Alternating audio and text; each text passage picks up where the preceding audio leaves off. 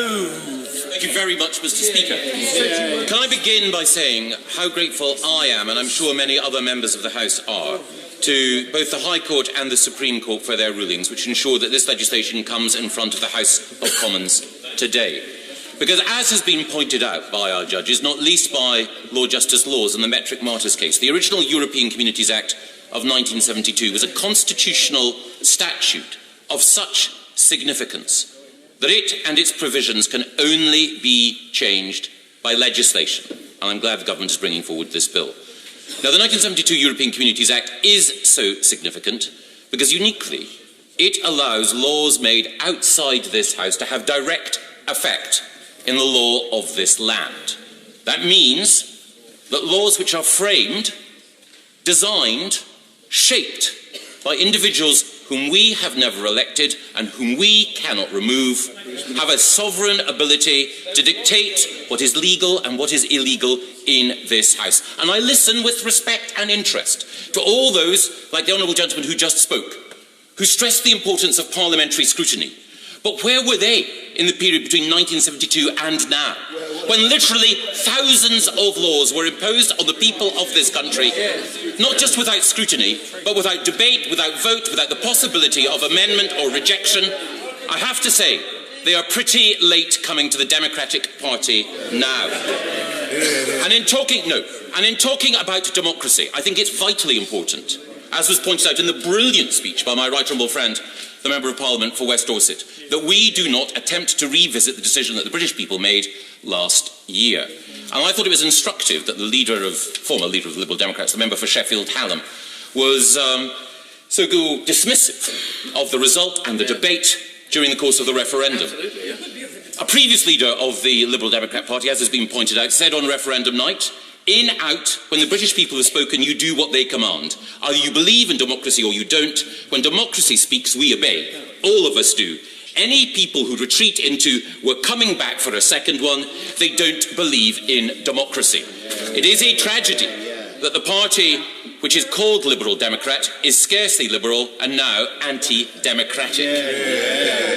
And it would be harmful for our democracy at a time when all of us are concerned about the rise of raucous populism, harmful for our democracy. I note the response from the SNP, who are the prime traders in raucous populism and the politics of division. But if we were now to reject the considered decision of 17.4 million of our fellow citizens, we would only be feeding the disaffection with the democratic process that in other countries has led to unfortunate results. That is why, again, my right honourable friend, the member for West Dorset, was right. We should respect the result and honour the mandate. And I note that there are a number of people who ask now for white papers and scrutiny and greater clarity. Yes. We've already had a promise of a white paper. We've had a 6,000-word speech from our Prime Minister. We've had clarity in all of these issues. There are people who not only won't take yes for an answer, they're people who are not seeking clarity, they're seeking obfuscation, delay and a dilution of the democratic mandate of the British people. Because as was pointed out, happy to give it. Thank you very much indeed. And firstly, can I just say that I think a 6,000-word speech for the honourable gentleman would, I know, be a very short speech if he were to give it. But can I just challenge him on the issue of a white paper?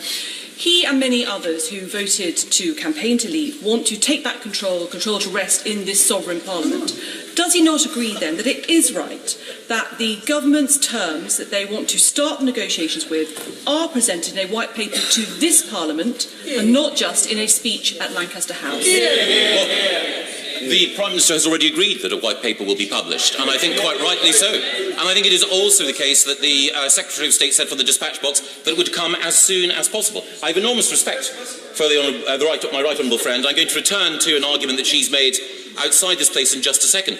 But I would say that so many of those who call for a white paper or clarification so very rarely actually outline what they think the right course is. It is so very rare that we have a positive case put. Instead, what we have repeatedly is an attempt to rewrite what happened in the referendum debate. The honourable member for Derby South tried to present the referendum debate as though it was somehow inconclusive on questions like our membership of the single market or the customs union.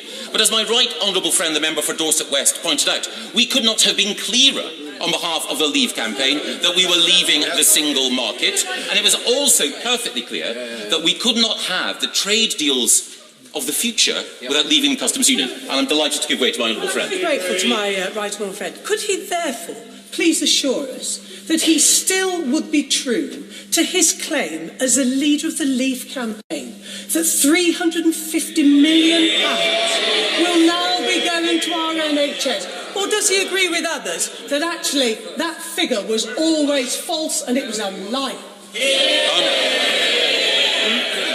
I've no idea whether or not the word lie is unparliamentary, but what I do know is that as someone who is not in the government, I can't deliver these sums. But what I can do is I can consistently argue, as I have, that when we take back control of the money that we currently give to the European Union, we can invest that money in the NHS. And in fact, it was the consistent claim of the Leave campaign, as the Right Honourable Lady well knows, that we should wish to give £100 million to the NHS. Some of the money that we were going to take back control of, we would also use to spend on supporting science and also on making sure that we could get rid of VAT on fuel, something that we cannot do while we are still members of the European Union. Delighted to give way.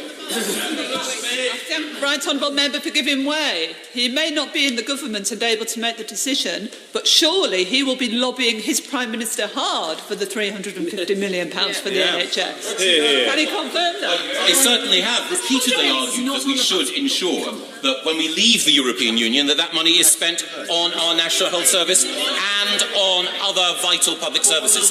And this comes to the heart of the challenge, the fair challenge that was issued by the member for Leeds Central and by the opposition spokesman for Holborn and St Pancras, which is, how do we ensure that the views of the 52%, which were clear and unambiguous and which this legislation gives effect to, and the views of the 48% who didn't vote to leave the European Union are respected? And my challenge to the 48%, and of course the 48% are respected at the highest, represented rather, at the highest levels of the government. We have a Prime Minister, a Chancellor of the Exchequer, who voted to remain in the European Union. So it's not as though those views are ignored or marginal. But my challenge and my offer is, can we ensure that the Brexit that we embrace is liberal, open and democratic? For my part, that means, yes, more money to the National Health Service. It also means embracing the principles outlined by my right honourable friend, the member for Loughborough, in a recent article on Conservative Home. It means giving, as the member for Edgbaston said, an absolute unilateral guarantee to EU citizens that they should stay here. It also means having a free trade policy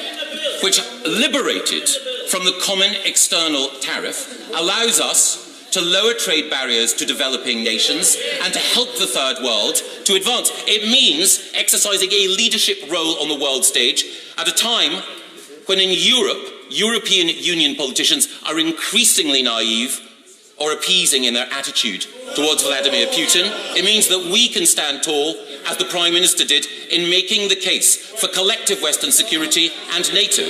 These are all opportunities available to us as we leave the European Union.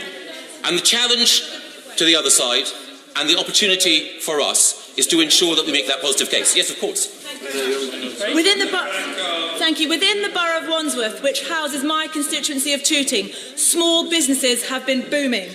The previous Prime Minister and a member of the government's Treasury team... Sorry? Okay.